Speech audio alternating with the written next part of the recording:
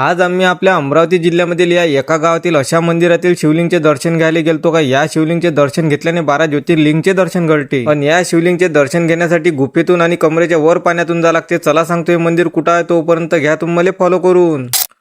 तर मंडळी आज आम्हाला चांदूर बाजार जायचं होतं, पण वेदांत म्हणे चांदूर जायच्या अगोदर तर आपल्याला महादेवाचं मंदिर लागते, आपण पहिले तिकडेच जाऊ. पण आताच महाशिवरात्री होऊन गेली म्हणे आणि आपण मंदिर पण पाहिलं नाही म्हणे. चल म्हटलं मग पहिले भोलेचं दर्शन करू, बाकी नंतर पाहू. मग आसेगाव रोडनं गाडी टाकली, चांदूर पोचलो, तिथून परतोळा रोडनं गाडी टाकली आणि येऊन पोचलो निंबोरा इथं, जे की अरुणेश्वर धाम या नावाने पण ओळखले जाते. मग मंदिरात जायला निघालो, जे की गुफेतून जा लागते. मग 100-200 मीटर गुफा पार करून आम्हाला हे पाण्याने भरलेले कुंड लागलं. पण भाऊ आम्ही तर पाण्यातून जायला घाबरलो, कारण पाणी कितीक खोल आहे कितीक नाही. वेदांत म्हणे तू चला दे, मी म्हणो तू चला दे, असं करून दोघेही सोबतच निघालो कुंड मधून जायले. पाणी एवढं का कमरेच्या वर. बरं झालं मोबाईल हातात होता, नाही तर मोबाईलचा कार्यक्रम झाला असता. मंडळी मंदिरात आज पण गर्दी होती, लोकांची पूजा चालू होती आणि इकडे दादा मस्त शंख वाजवत होते, म्हणजे पूर्ण वातावरण भक्तिमय झालं होतं. मग आम्ही पण दर्शन करून घेतलं. अन मंडळी हे महादेवाची एक अशी पिंड आहे का तुम्हाला या पिंडीवर पूर्ण 12 ज्योतिर्लिंग पाहायला मिळतात. मग मंडळी तुम्ही आले आहात का कधी या मंदिरात? नसेल आलात तर एकदा नक्कीच येऊन पहा. म्हणून बस मग आजसाठी एवढंच. भेटू पुढच्या व्हिडिओ, तोपर्यंत सर्वांना राधे राधे.